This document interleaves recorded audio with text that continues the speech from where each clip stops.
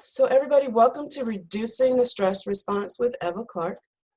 Eva is a medical hypnotherapist and a trainer.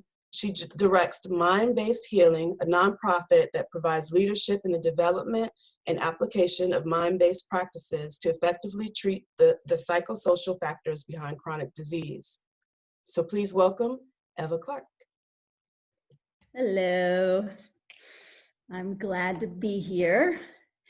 And I think it's like you always decide on these topics months in advance, but then as it comes to the moment, you're like, I'm really glad I'm doing this topic right now.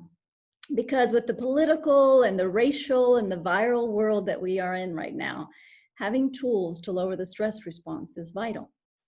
Not only is it that it doesn't feel good, right, to have stress, but also stress has major effects on our physical health and in developing chronic disease. So this sometimes fatal response is why it is so important that we have tools to manage stress effectively. So I'm going to share a PowerPoint so that we can get through a lot of material. All right, so how does stress affect the body and our health? Because we want to first look at this. When we first get stressed, like right now, currently, my heart is racing. I have no saliva in my mouth. And fortunately, I had breakfast 4 hours ago, because when we first get the stress response, our digestion stops, or it slows down, or it goes really fast just to kind of get rid of everything that's in your stomach. And why is it doing this? Because your bodies are preparing you for action. So all the energy is being redirected to your extremities, right? To other parts of the body. At the same time, your heart's accelerating. Your body will actually retain salt and keep you from going to the, going pee, urinating, in order to raise the pressure in the blood. And this is also done so that oxygen can be delivered quickly to power muscles, right? We're getting into action. Another thing that happens in the body is that the liver releases glucose, releases sugars to produce more energy. Then the muscles are also contracting, right? I mean, they're getting tense, they're getting ready to leap, to run, to respond in whatever way. And in that first moment of stress, we actually don't feel pain or barely feel pain. This is the case, for example, when you see people in sports, right? Or football players, they don't feel the pain. Or yourself, if you've ever gone into an accident, right? At the beginning, I actually had an accident in November. And it wasn't until I got to the hospital to get stitches that I started going, oh, my finger hurts. But until that moment, I was in this stress response and nothing hurt,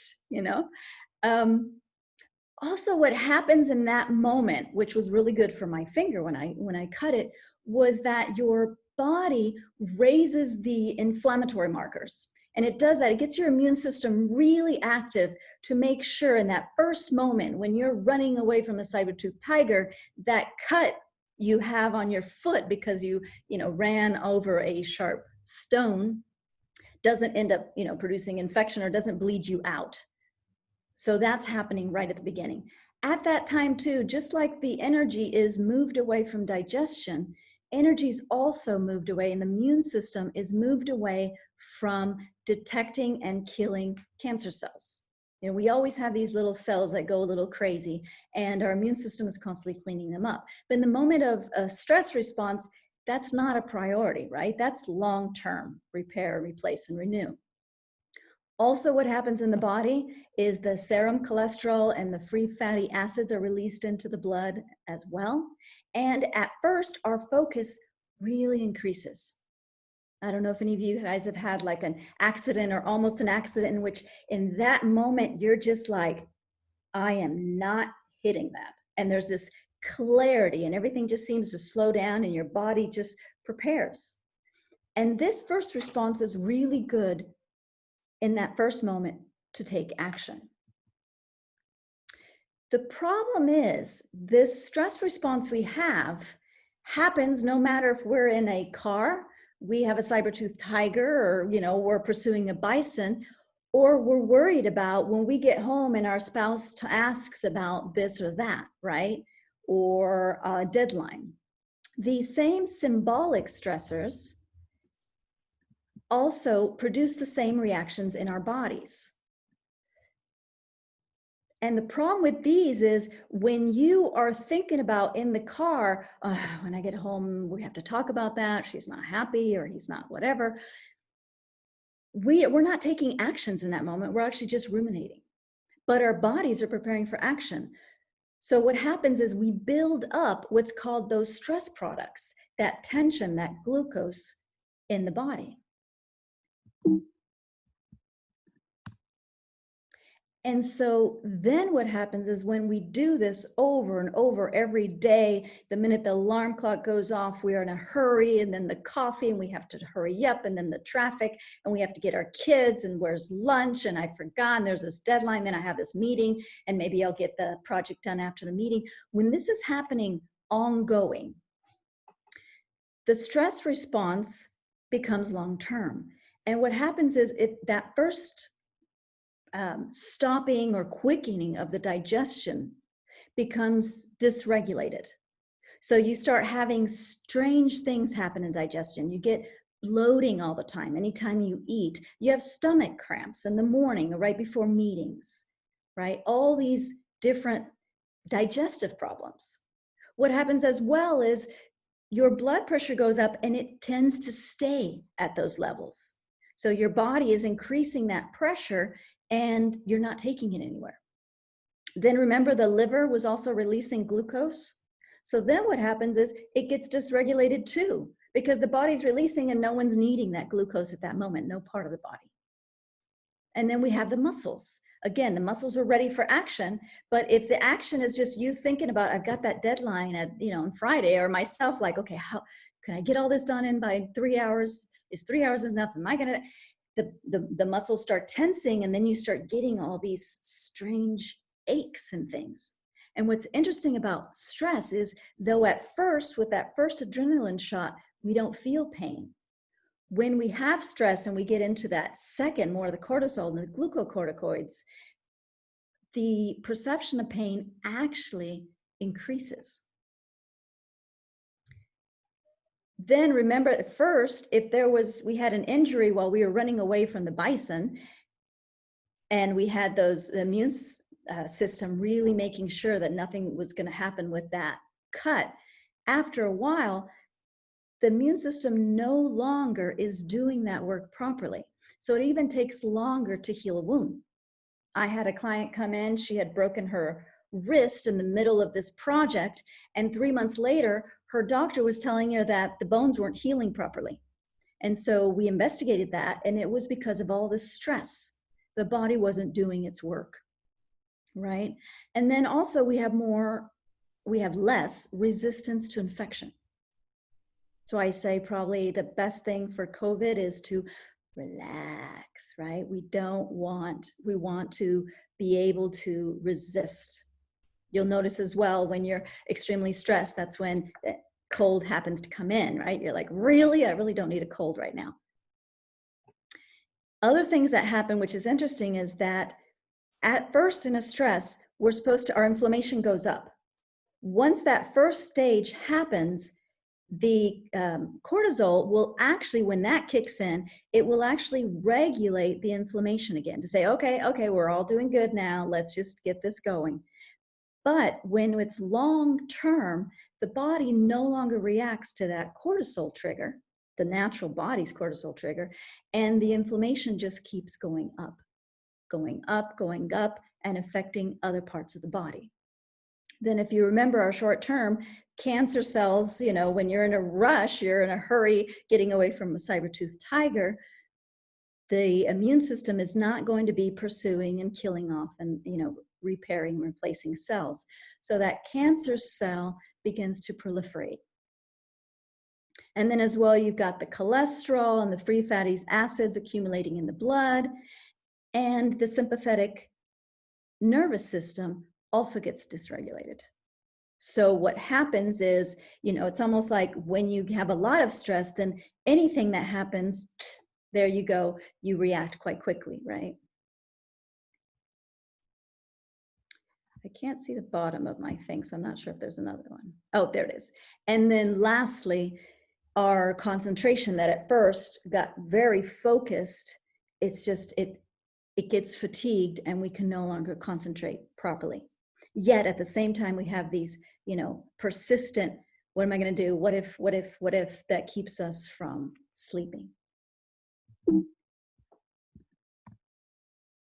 So what happens to these, as you might have already started to notice with the long-term stress, you might have already got an inkling, oh, wait a minute, there's a disease that has that issue, or there's an illness that has that issue, right? These overstressors lead to chronic disease. So I wanted to kind of go back a moment and see with you guys, if you could share, we're going to look at some of those diseases, and I would love to hear what's going on in the body. What are the stressors for that disease? So the first one was irritable bowel syndrome. What's happening in the body stress-wise that might be creating that IBS? IBS is, all the digestive stuff. And you guys can just unmute. Dysregulated digestion. Yes. Yep. Our digestion has gotten so dysregulated, it's like when we eat, instead of digesting, it sits there, or when we eat, instead of digesting, we have to rush to the bathroom, right? Then, for example, chronic lower back pain. What is the stress markers for chronic lower back pain? Chronic muscle tension, inflammation. Yes. You've got the chronic muscle tension, you've got the inflammation, and in all of these, remember we have the dysregulated sympathetic nervous system. Yes. So that means that the fight or flight is like trigger happy. It's happening very quickly with very little motivation, right? How about hypertension? Yeah. Yeah. Again, we got that high blood pressure. Inflammation, What? Yeah, inflammation. Yep. What else is happening with hypertension? high blood pressure, Yep. serum cholesterol and free fatty acids accumulate in the Yes. blood, Yep. Chronic And- muscle tension. and dysregulation of the sympathetic nervous system. Exactly. Everything. And then heart disease. The leading after that. High blood pressure. Yeah, there's even more. They used to think, they've now realized that heart disease is actually also considered an autoimmune disorder. Why? Because the heart disease and the heart attacks happen once all this cholesterol and the fatty acids, the plaques are being formed, and then the plaques actually get inflamed. Wow. And that is actually what's causing a lot of the heart attacks. The plaque gets inflamed, or all the pressure will push the plaque, and the plaque will move into an area and get clotted. And again, the inflammation is making those plaques even bigger. How about arthritis? That's also inflammation. Yep. You got inflammation. And then think about this, the immune system. Remember, the immune system is not doing its job. It's too much into almost fight or flight. So it's not killing off cells that are already dead or not working properly. And it's not healing wounds.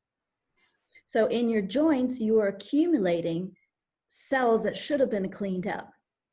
It almost seems like a freeze response because, I mean, if you think about it, arthritis, they're having problems moving and doing. So their Yeah. body's suggesting, hey, don't really want to be doing this. Yeah, there's a freeze response going on. There's a tension. The cells, the joints are not being cleaned up properly.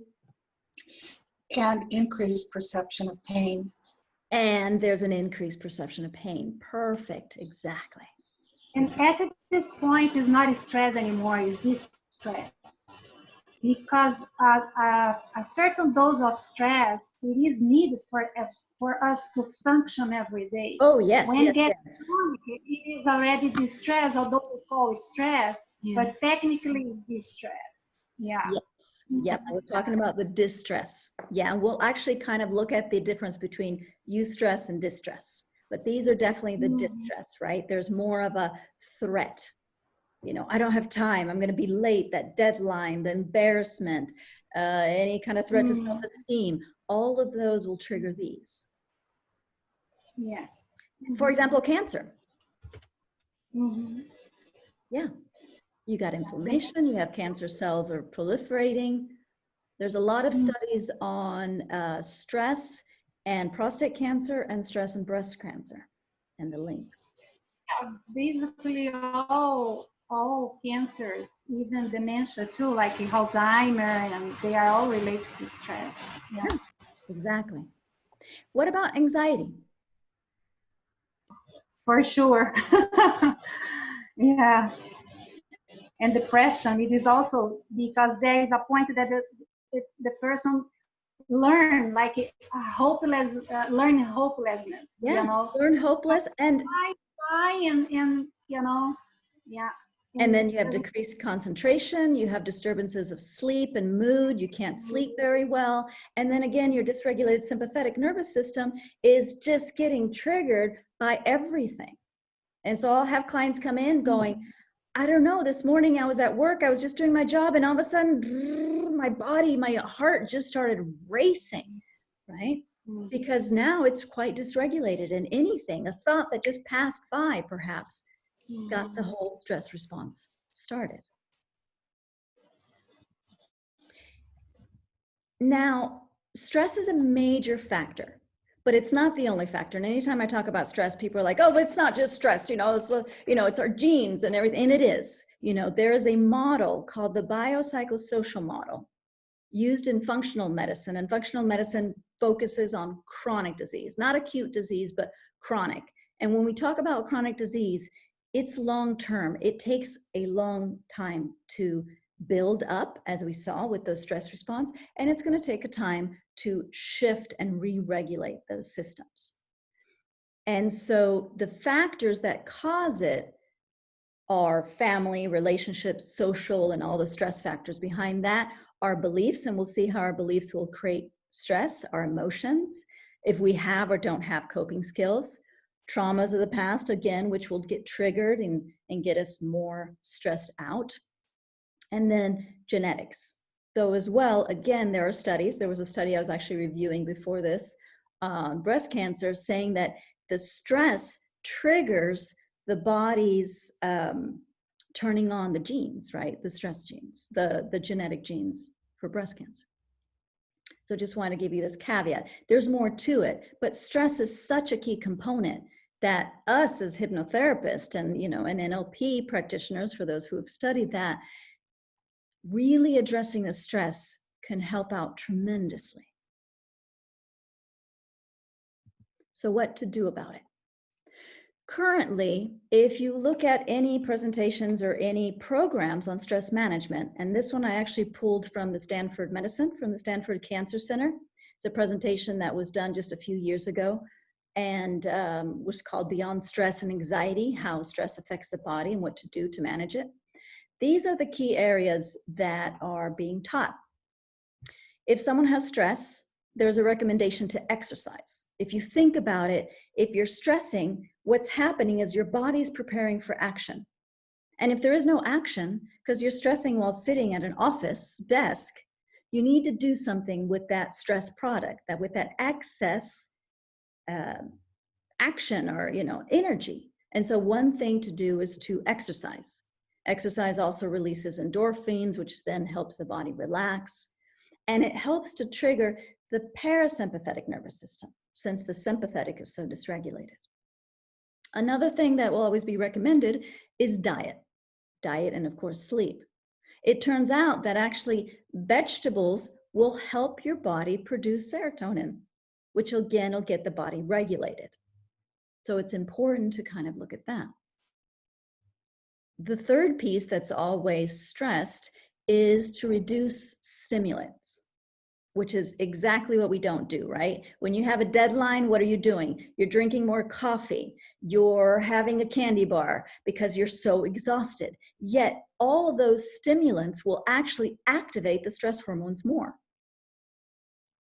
And then sugar increases that inflammation, which is already kind of getting rampant in there, is not being controlled because of that long-term stress. And the fourth thing that's being recommended, and you'll hear this all the time, and there's programs, you know, with Kaiser has a program here, is meditation. And the purpose of meditation is to help patients or clients get back to the here and now. Because when we're stressed, we're not in this present moment. We're either stressing about the future. Oh my gosh, am I going to have time? Any time? What's going to do? What's he going to say? Why is he not responding? Or we're stressing about the past, right? We're feeling guilty. We're regretting. We're ruminating. Oh, he said that. What did that mean? Did he mean this? So we're not in that present moment. And unfortunately, our bodies respond to our thoughts. So they're responding to what we're thinking might happen, and they're responding to what we remember happened, right? And so any kind of technique which helps the client get into the here and now, be that sitting meditation, be it yoga, tai chi, qigong, mindfulness meditation, or any sort of guided imagery. But I think we can do so much more than just those 4 areas. And that's what today's presentation is about. So, what is stress? Stress is usually defined as a certain amount of pressure, too much pressure, feeling that there's too many demands, minus your ability to adapt to it, right? The resources you have. If there's a lot of pressure and you don't have the tools to adapt, you're going to experience a lot of stress, right? And this is any kind of stress. For example, your daily hassles, stress or frustrations of a traffic jam, work overload, financial difficulties. Right now, a lot of people are dealing with that one. Marital arguments. Again, when you have to shelter in place, there might be more of those, right? And family problems. Also, stressors are pent-up anger.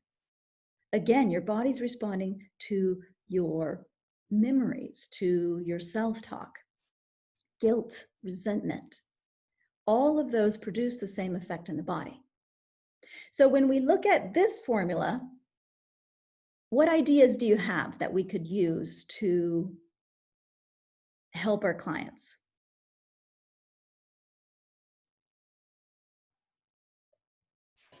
Definitely resilience training. Yes. We want a resilience training because we can raise that, that marker right there.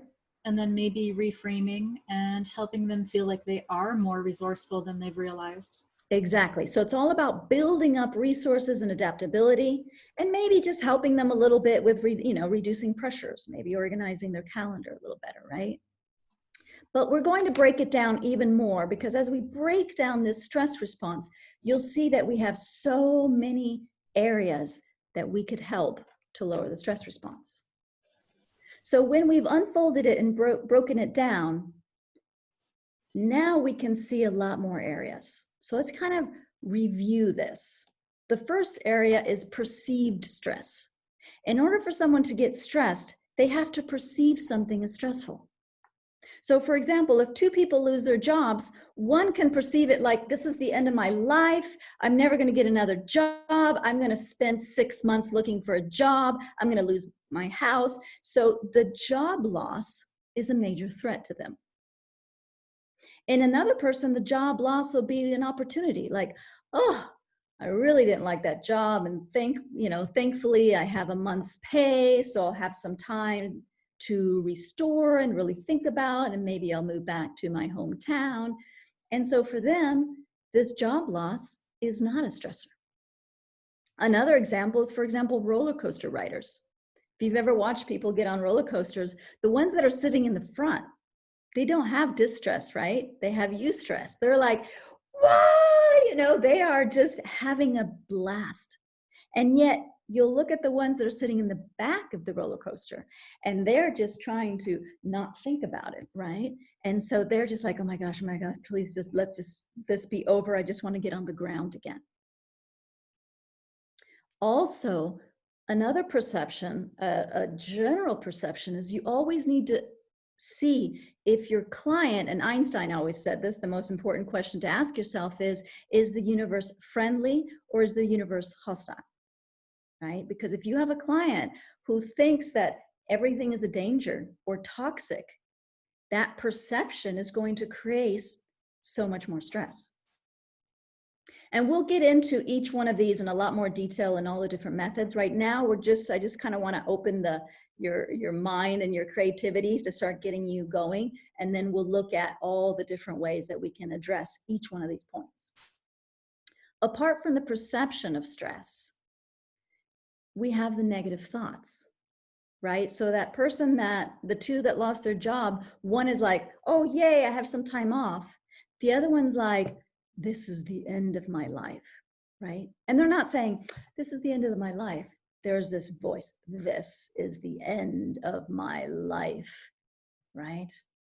Also, if, for example, when you're working, your internal dialogue is all about, they're not going to like this. This is going to go terrible. I can't do this. This is way beyond what my abilities. All those negative thoughts will actually raise the stress level, right? What ifs?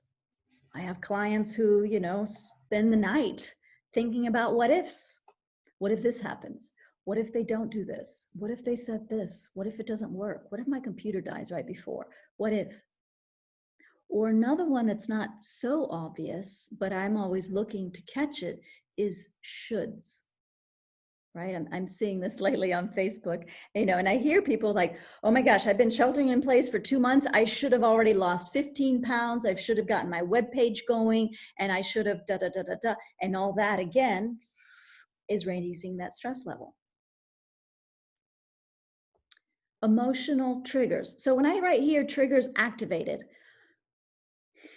I always talk to my clients about the fact that when we feel any kind of emotion, when we feel fear, when we feel happiness, right? When we feel love, when we feel that we're stuck, feelings are not about the here and now. Feelings are actually triggers of past memories. So if something of the here and now reminds them, that's going to stress them. So for example, I have a client with anxiety and he's really afraid of COVID. And I said, okay, well, let's explore that. What about it makes you fearful? And he said the words, I don't want to get stuck on a ventilator. And I said, interesting. He's used that word before. And so I just said, feel that feeling of stuck. And what does it remind you of? And he said, well, of course, when I was 16, I got stuck in an elevator for 4 hours. So his emotions around COVID are actually memories, unresourceful memories of the past. So it's important to check, what is this triggering? What memories of the past is it triggering? Because as someone said before, yes, we want to build up their resources, right? We want to give them memories. We want to remind them of moments they were resourceful, they were courageous. But right now what's happening is the opposite.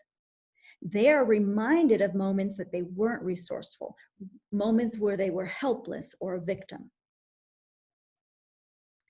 And then when these elements happen, the body and the mind has that physical response. I have clients come in and they go, this is not mental. I can feel it. This is completely physical. And I say, yes, it is completely physical. And it is a response as well of the body to the mind. And so we'll also look at ways to work with the client and have them also lower their stress response in the middle of having it. In the middle of having their, hearts racing, their mouth dry, their digestion out the window, we're going to see techniques to bring their body back into parasympathetic. But also, interesting enough, take the body from that first adrenaline response towards eustress, towards the positive, joy, courageous stress, because the body actually responds a little differently. And it's actually really good for our health. All right. And then lastly, when this is going on over and over and daily, in many cases, it can develop into a chronic disease. And the amount of chronic disease in the US is very high. I forgot to review it right before this presentation, but it's more than 50% of the population, adult population. And of those, more than probably 30%, again, I could check those, have more than one chronic disease. And what we're going to do at the very end is when your client comes in with a chronic disease, we can actually work backwards from the chronic disease, find out the long-term stressors that were accomplices to the formation and the development of the chronic disease. And I'll be showing you one of the methods I use to explore that. So we're going to now go through each one of these areas and see all the different methods. And I'm going to be inviting you guys also to share what you would use for those certain areas. All right, so any questions before we continue? Yes, you'll have to unmute yourself. I didn't catch the second part of that quote from Einstein. Yeah, so Einstein said that the most important question to ask ourselves is the universe friendly or hostile? Okay, thank you. Okay, I'm unmuted. Can you hear me? Yes. Great. I have a question when you talked about feelings, and yes, feelings can definitely come from memories from the past, but they can also, in my experience, when we go to the physical sensation of the feeling, it can bring us immediately into the present. Do you? Yeah, so for example, what you're doing is taking a focus. When you focus into that feeling, only into that feeling and not the whole story behind it. Not the story. Yeah, it's a way of almost of meditating. Yes, being in the present. Yeah, and just feeling the physical sensation of it. And that, exactly. Supposedly, if you can do that for 90 seconds, it never lodges in the brain. It doesn't create those new neural pathways. Yeah, so that would be one of the ways, to work on that third area, is to have them actually focus in. Yeah, and there's hypnosis, a hypnosis method, for example, when there's pain, right? Remember, the pain perception has gone up. If you actually have them focus on the pain without any stories and anything, just focus on it, really look at the color, really, again, you're bringing them into the here and now. Bring them to the here and now. The perception, which was raised by the stress, lowers. All right, so let's start going through these slowly. Perceived stress, right? Our bodies react to our perception of the stress, not to the reality of it, which is why two people go through the same thing. One person can freak out or become helpless, and the other person can get into action. So we talked about, for example, in perception, for example, if someone perceives, and I actually have some really good examples here, so that you guys can think about, oh, what would I use here? One of the perceptions I come across with my clients is, I need to be attractive, fit, healthy, financially successful, socially successful, and happy all the time, every day, or else I'm a loser.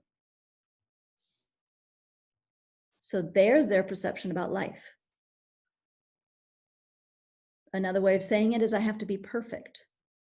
Can you think of methods that you would use to help change that perception? Then understand how that perception actually will raise the stress response. You're like being tested at 24/7, right? Chances are they're comparing themselves to other people. And so something that, because I struggle with perfectionism myself, something I do to put that in check is be like, if someone else was saying that, would I find it reasonable for this other person to have that challenge? And most of the time it's like, no way. Exactly. So actually, yeah, putting your client into the other person, right? Third person is one of the great ways to kind of check perception, right? A lot of my clients are like, oh, if he's not responding to my text, that means he doesn't, he doesn't respect me, or they're getting it. They all have it all together. I'm the only one who's, screwed up. And if you actually have your client become the other person, and I always say, put on their backpack, put on their whole life history, their relationship with their parents, and then from that point of view, how is it? Are they all perfect? Is everything in their life going hunky-dory? And how do they see your lives, right? So bringing them a different perspective also helps. I have clients that say, yes. Working in unrealistic expectations, because people, they have unrealistic expectations, so it causes more stress, Exactly. I always tell my clients, before I did hypnosis, I was in construction, and I always said, always add a third more time than what you need, because then if anything does happen, you have a little time. But if you say, yes, I'll get that done for you tomorrow, then you're raising your expectations. There can't be any errors. You can't have any problems with the computer or sleeping or, phone call. So if you actually help lower the expectations or stretch their deadlines.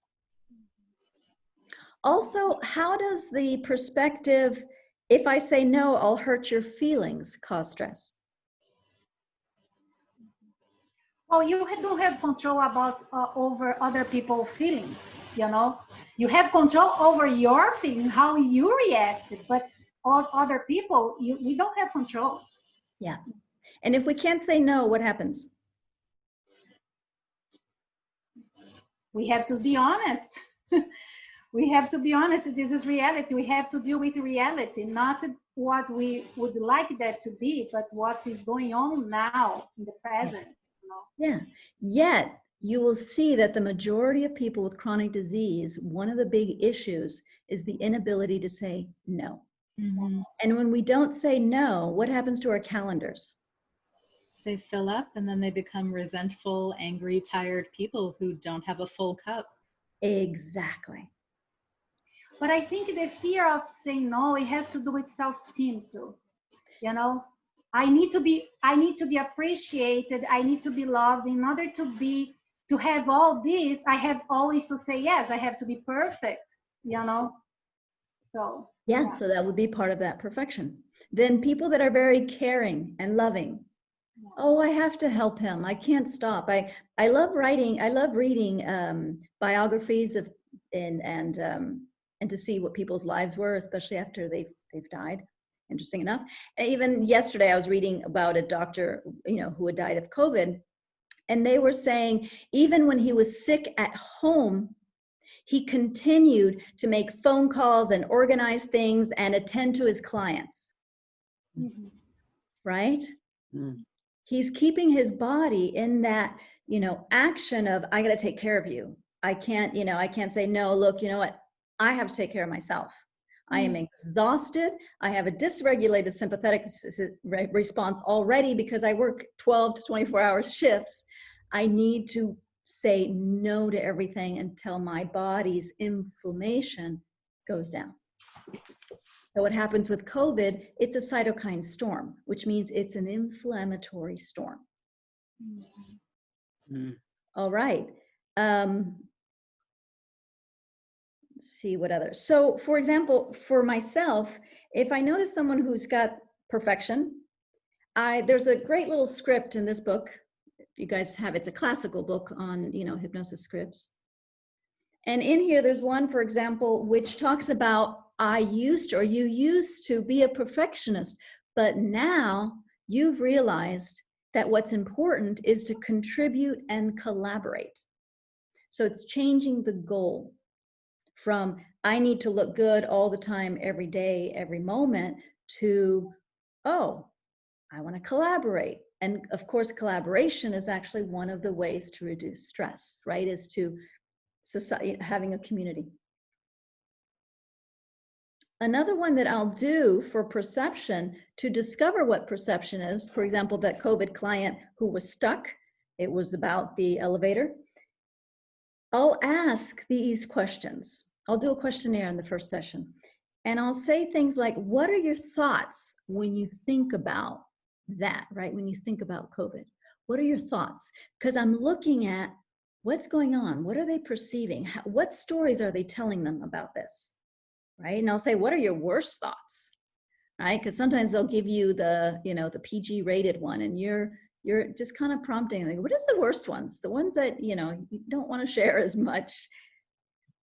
Then I'll also ask, what emotions do you feel when you experience or when you think about? Again, we're looking at, how are they seeing this? This client wasn't afraid of death. Someone with high blood pressure, fear of death is actually one of the factors. In this case, he was afraid of being stuck, of being on a ventilator, not being able to move. So it was those emotions and fears, like being trapped in the elevator.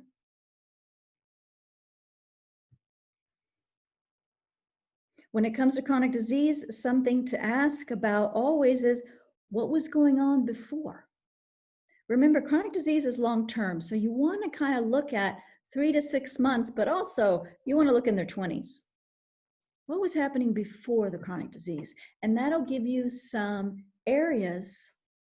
I work especially with multiple sclerosis, and things I will see is someone died in the family, and what usually happens is they decided to not tell anybody at work, and they decided, I need to still look successful. I need to show that I'm capable, even in those moments, right?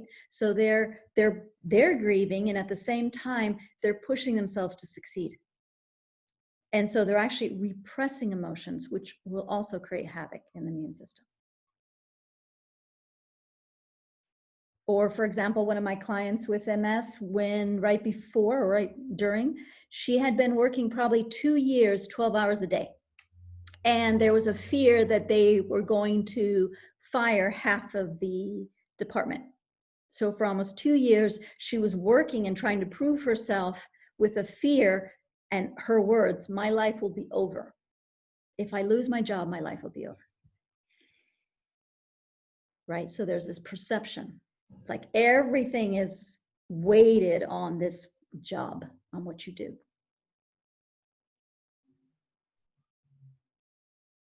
So one of the big ones, and we talked about that, elevators, always make sure they don't have any phobias that keeps getting triggered, right?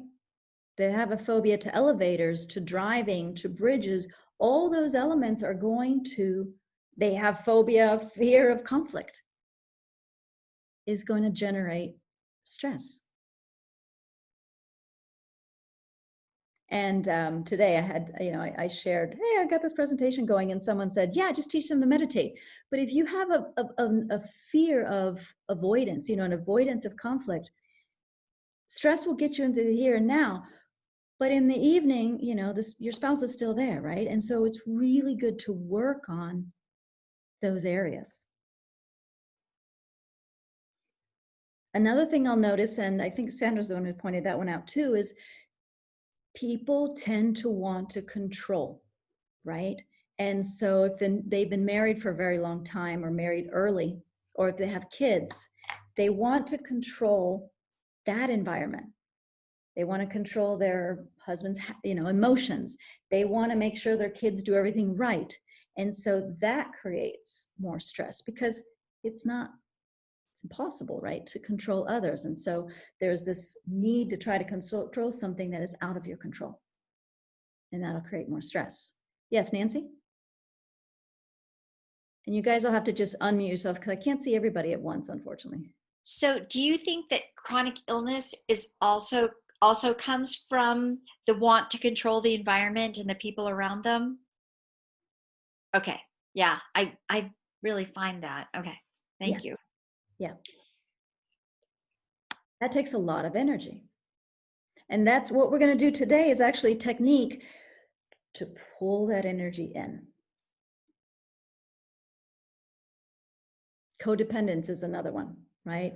Because if your feelings depends on the other one, if you're not feeling good, but you can't share it because you don't want your, spouse to not feel good, you're repressing it, You know, all these elements are knocking things out of whack. So we're going to be looking at 3 techniques mainly. One here for the perception of stressors, one when the person's already feeling the stress, and one when someone, you know, has chronic disease and comes in. So if you guys have the handouts, let's see what the next, we're going to be doing the first method.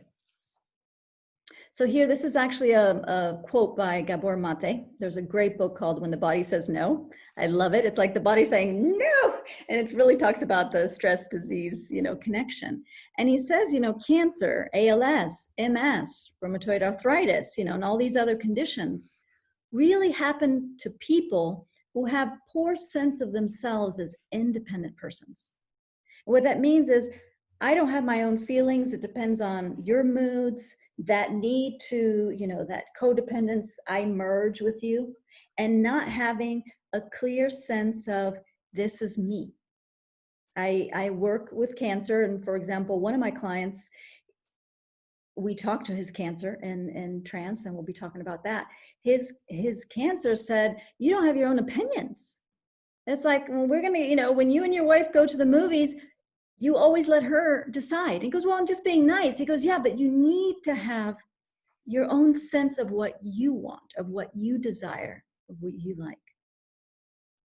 And so we'll do an exercise to really help people be a little more independent. And what I mean about that is a greater sense of this is me and this is you. All right. So this method works really well also when you have a client who's very sensitive to other people's emotions. Or if they come to you and say, man, when my boss is mad, you know, or anger, or says, where's that thing? He goes, it's just like, it just hits me like a knife. Right? Does anybody have, or empathics? This is really good for people that are empathic and sometimes would like to, you know, have space, especially as, you know, as practitioners. It's important that we listen, that we're looking at what's happening, that we're tracking, but that we don't fall into and experience their pain, and then our body, of course, is experiencing it as well. You know, I always tell my own clients, you want to go in there for about 10 seconds just to go, okay, what must be happening here? And then come back to yourself, because you have a much wider lens to see what might be going on. If you get caught up in their story or in their pains, you won't be able to help them as well. They need that external point of view. So does anybody want to play and do a demo? I have a question. Yes. I don't have the what do you call it? The handouts, I guess. So I don't know what I did or didn't do. So how can I get those? I mean, not right now, but how can I get those? Will they be available with the replay? Nicole, if not at the end, I can put it on the chat. So they were in the email that you got the link to join today from. You can get it from that email. There's a button that says print the handouts, and it will also be in the email with the replay link. Okay, thank you. You're welcome. All right, so who would like to be a demo? We're not looking for your worst case scenario, just anyone who has a little bit of a, oh, when someone else is, you know, a little upset, or when my daughter's upset, I just, you know, it's very difficult for me to keep a separation. I'm happy to. Great, is this Amanda? Yes. Okay, great. So I raised my stepson, and he has borderline personality disorder. Now, if you know much about BPD, there is a tendency for enmeshment, which means that I lose the ability to hold my own ego boundaries. He tries to invade and control, and if he perceives abandonment, he has a big emotional reaction. So my spouse and I, we struggle. Sometimes we do walk on eggshells. All Can right. can I step in for 1 second, Eva? Before you continue with this, I'm just going to ask you to stop sharing your screen because Oh, on the yeah. recording, all it's going to show is this, and I would Yes. like to have the two of you Perfect. think for this. All right. Perfect. All right. So I lost. Oh, there you are. Okay. So, like I lost Amanda. I had her in that little thing. Okay. Perfect. So what I want you to do right now. So I usually do this in 2 stages. I do one which is out of trance, but it's still trancy because you're closing your eyes and you're imagining things. And then the second stage, if we have time, and today I want to really focus on the first part, is then I will take what we develop and just do a recording for them. In all my sessions, I'll do a lot of NLP at first, or a lot of just maybe eyes closed, just to see what's happening in their lives and maybe make some tweaks. And then I'll have them lay down and, and do a recording with what we've learned. So Amanda, take a moment to sit back. If you're not already sitting back. And close your eyes. And again, that's all we need. Just close your eyes and sit back. And you talked about your stepson? Yes. Yeah. And how there are certain moments when he really kind of pushes your buttons or kind of really, tries to enmesh. Can you think of one of those moments specifically that happened recently? I can think of several. He's actually away right now in residential therapy. So we're in the thick of it, so to speak. Mm-hmm. But I think one of them is I had just come back from the gym to manage my own stress, and I was feeling really good. And when he sees me experiencing joy, he will find things to disrupt that. And sometimes it happens so much that I almost become conditioned to hide my joy. And so what's happening now is I have a harder time accessing joy. I have to make it very conscious, very repetitive and deliberate for myself. Okay, perfect.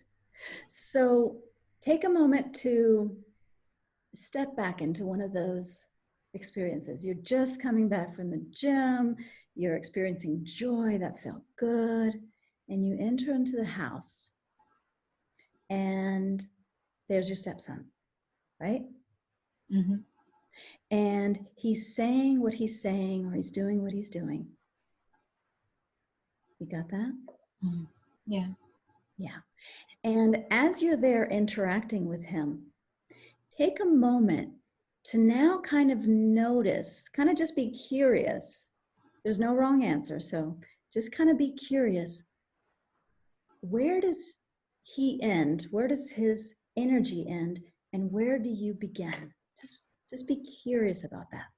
Is it a foot from you, an arm's distance? No. Is it right on your skin? No, it's literally like a leeching feeling, like he really is trying to, there's an energetic pull of my inner peace, of my joy that he's trying to fill his void with. Yeah, there's a leeching. Yes. So his energy, if you were to like pinpoint in your body, where's his energy? Is it like touching your body or almost touching your body? It's almost as though like a creeping vine plant where he's got little hooks and anchors pulling in. Okay. From the front of his to the front of mine, reaching all the way through and behind me. Okay, so it's going all the way through. Tries to, yeah. Okay, tries to go all the way through. Mm-hmm. And what is your response when you notice that? Unfortunately, I don't always notice that. It's something that I'm working on. Yeah. Yeah, it's unconscious. He does slowly unconscious. Yeah. So what I'm almost hearing is that his energy gets to touch practically your body, your physical body, and then actually goes through it. Do I get that correct? Very invasive, yes. Yes, very invasive. Okay, we're going to do some experiments. Okay, there's no wrong answer. I'm just going to like throw things out, and I want you just to test it and notice, is it better or worse? Mm-hmm. We're not looking for perfection. We're looking for improvement, right? Right. That way we lower our expectations so that I don't have stress in the session. So closing your eyes and noticing them there, you know, interacting and towards you. Imagine taking your energy almost like from your body, from the skin of your body, and kind of pushing it out to arm's distance. So it's almost like you have another layer of skin right at arm's distance. You know, when people say, wow, he's got some thick skin, right? Mm-hmm. Kind of just imagine you kind of create a thick skin out there so that his leaching hits that skin and it crawls onto that skin. So just on a side note, I do actually carry physical weight that is not mine, and it's mostly that empathic boundary that my body is trying to create. Exactly. So wouldn't it be nice that we just have to have air, right? That we have this wonderful little air sac between us and everything else. So our body just gets to do bodily things, and you know, and we can see the world out there, right? Mm-hmm. So notice what happens if you actually create that rather than having your body do that. I can breathe. Breathe. Yeah. And notice what happens, you know, if you make it triple layered out there. You know, is it better or worse or no difference if you make it thicker or not so thick? It comes with a little bit of worry. So I feel like I can have it doubled, but the minute I have it tripled, it's like, uh-oh, is he going to perceive this as abandonment? And will I be triggering a wall up? Is there going to be a negative consequence for me owning this space and being a sovereign being? Okay, perfect. So we need to make sure that is taken care of. Yeah. So let's experiment with this thing. Is it okay if it's double layered? Yeah. Yeah, double feels good. Double feels good. Good. Notice if it's better, worse, or no change if that layer there, that boundary you're creating in front of you, you actually wrap it all the way around you. And even maybe above you, maybe even below you. Nice little cocoon space. Oh, cabin. Yeah, it's 360. It's all the way. It's 360. Good, good. Now let's do some experiments, because what he doesn't want is to disconnect, right? But there's many ways of connecting. If he grabs you there in the gut, I'll have many clients like, oh, what he said just grabbed me in the gut. I'm like, we don't want people to grab you in the gut. So take that boundary and maybe notice if maybe you can make it opaque, maybe from the shoulders or maybe from the, you know, right below the heart down.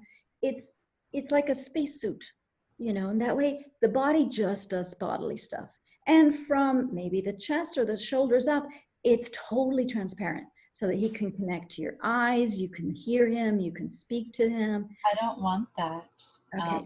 And I don't want that because he does mentally manipulate and I can get caught up and ruminate on things. So I almost don't want that clear space.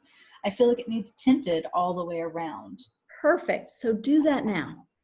And notice, does it just need to be tinted everywhere, or do I need areas that are just like no man's land? This area is mine. It is not transparent. It's like a wonderful Superman suit or something.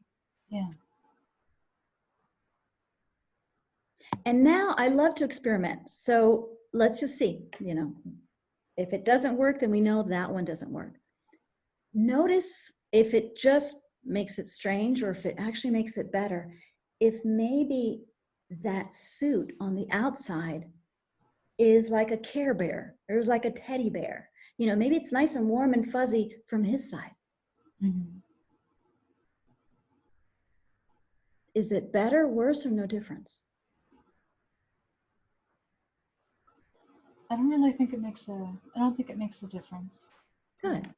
And so notice now if it makes a difference for you, if the inside of your suit has a nice fuzzy maybe texture or maybe color, has a light pink or gold or has a little lava lamp inside.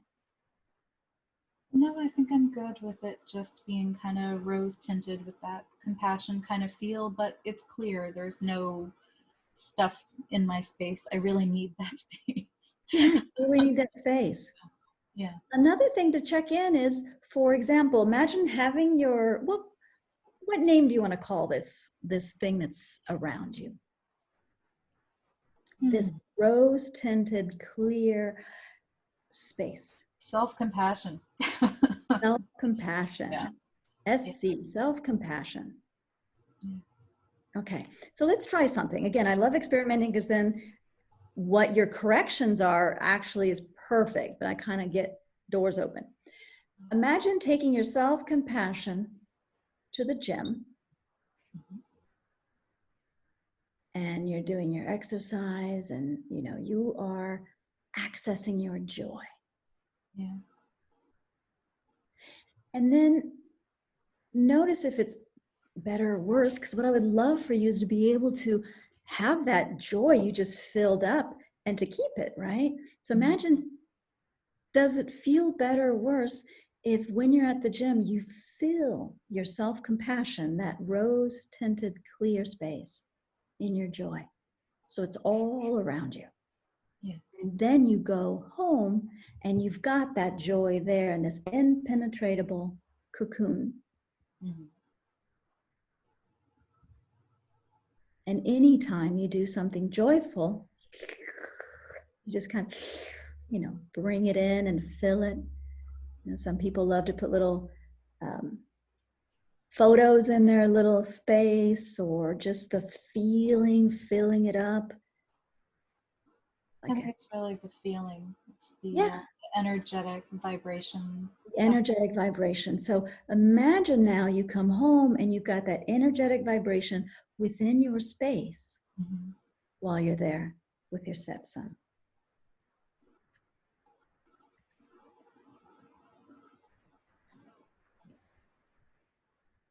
Yeah.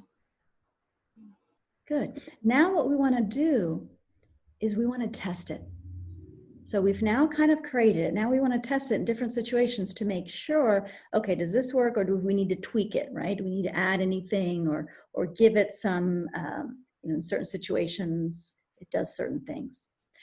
So now with your self-compassion, go back to, I always say 3 in the past and 3 in the future. So we have 1. Now go back to another situation with your stepson, where you would have, gotten into the mesh, or, all the spiraling, and relive specifically a past situation with this self-compassion around you.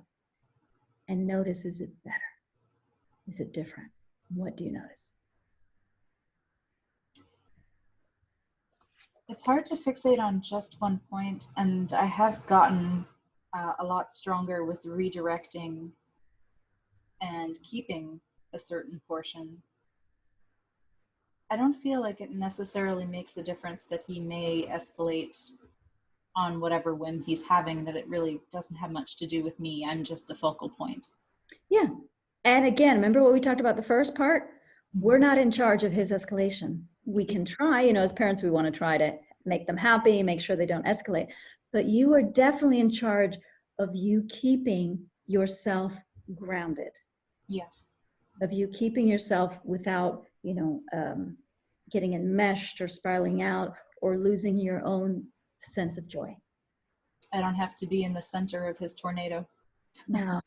He gets to have his tornado. That's what kids do, tantrums and everything. He gets to have it out there. Yes, we just have to have it out there. You're like, yes, I'm seeing, I acknowledge you're not having a good time, you're feeling this. But your emotions, your state gets to stay more stable, and you get to stay in parasympathetic. That's right. Yeah. So again, take yourself back to another, maybe something that happens regularly. Maybe walking home, getting home every day, or waking him up in the morning. Imagine something normal, or getting him to go brush his teeth, and take this self-compassion with you and notice what it's like. Yeah, it's separation. It's he's over there, I'm over here. Yeah. And whether notice it does or doesn't brush his teeth has really very little to do with me. Yeah. You get to make the request, you get to remind him, you get to be a parent, but your state is not influenced by his moods. Yeah. And remember, kids are like sponges. They, subconsciously, they also pull in a lot. So to have you stable when he's not feeling stable, might actually also serve him to get back. Yeah. You know, I remember my sister, me and my sister, of course, as kids, you know, we would push our parents' buttons. And in a way, we were seeing where are our limits. You know, we need those limits. Mhm. So it felt, cruddy that we didn't get this or that, but at the same time, it felt very safe. It's a bit more extreme because he does have psychotic episodes, and unfortunately, it's just not avoidable. And there will be times where, regardless, I will have to just let him have his moment of whatever he's going through. And if we get intervention, we get intervention. Yes. But I still get to keep me and my space. You get to get you and your self-compassion space. Yeah. That's right. And so now imagine the future. Imagine this summer when he finishes this, what he's doing right now. Imagine the beginning of the school year. Mhm. Imagine when people come over, and take this self-compassion with you. Mhm. I always have clients really get into these moments and really experience them for themselves, but also for their subconscious to go, oh, I can do that. Right? It's just a lot more room. It's just a lot more freedom, and a bit of my passion comes back. A bit of my enjoyment and my dilettante nature kind of comes back. And it's Yeah. playtime. And that's just it. It's just playtime. Yeah. Perfect. And then what I'll do a lot of times, if there's time, depends on how long it takes us to create these boundaries and then to really test them, is you can then have your client go into hypnosis, and we'll just imagine just kind of closing your eyes, and you do a nice induction and have them relax. And then again, you remind them of their self-compassion space around them. This is your sacred space. This is for you to fill with your joy, with your emotions, and for you to have clear. And that the world is outside of the space. And then you can invite the client to travel all the way back, as if there was a timeline, travel all the way back to the moment before their conception. And you can imagine seeing, little Amanda, baby Amanda there, getting ready to be conceived. And wrap her in this self-compassion. And let her know that her joy is hers. No one can take it away. That people have their own moods, their own feelings, their own issues, and that that's okay. Mm-hmm. And then usually I'll have my client, give whatever messages to the little baby. And now become that little baby just about to be conceived. And your adult self, your future self, wraps around you this wonderful rose-tinted, clear self-compassion. And she tells you that your job is to fill this space with your joy, your sense of self, your presence. And know that people out there are going to have their moods, their sense of self, and it's okay. You are in charge of what you surround yourself with. And now imagine being conceived, and you have this space around you. And imagine beginning to grow up and your relationship with your parents and any siblings, and you have this space around you. And so your dad can be what he's like, and your mom can be what she's like, and your siblings, and you have this space. And this space allows you to feel your joy, to get in touch with your wants and your desires, and allows your body to do what it needs to do so that you can grow up strong and healthy, because it has so much space to do so now. And taking all the time you need in the next 2 minutes to move through your life until the present moment of 2020. And know that much of this will happen at the subconscious level as you just kind of feel yourself being drawn forward, taking the self-compassion with you and noticing how this changes your experiences, makes it easier for you to be you and experience your joys and be joy.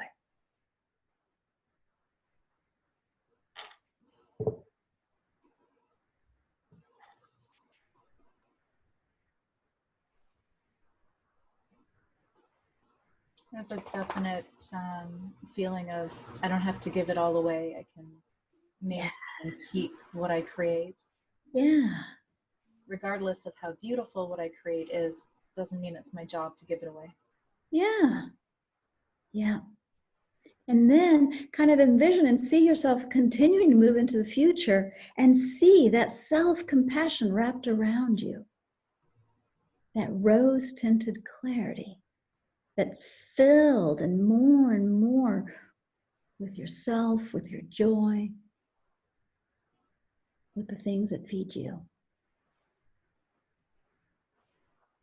I can definitely see that, and I can also see people then learning to create it for themselves and keep it for themselves as well.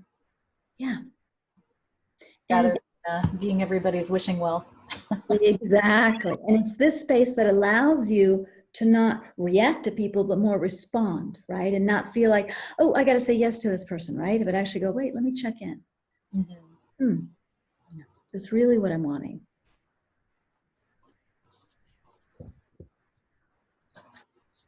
Yeah, and then one of the things I always do, just because most of us have this issue, is I'll give my clients after this session homework to say at least 3 no's that week.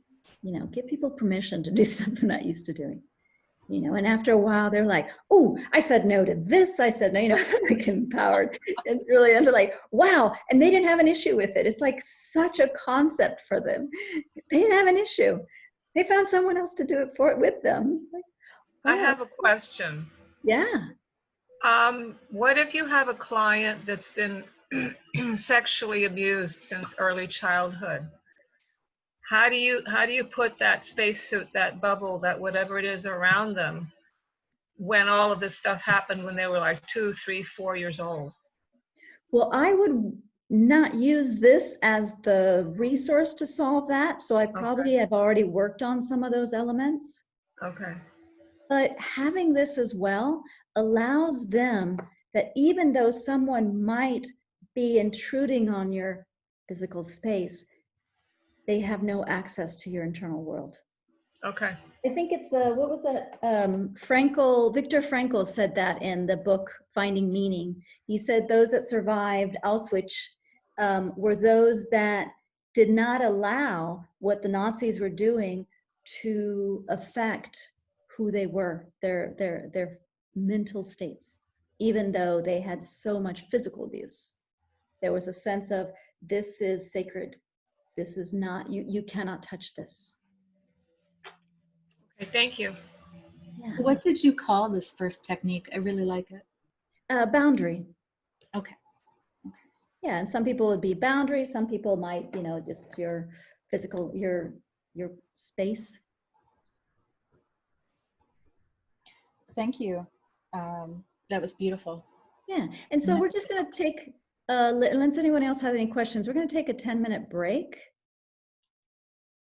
We'll actually take a break until, just a little bit before 11:30, and then we'll continue looking at the other areas of the stress response and looking at a few other methods. So see you guys back here. Okay, see you all in 10 minutes. See you guys back here in 10 minutes. 11:20. Thank you. That was terrific. I really enjoyed it very much.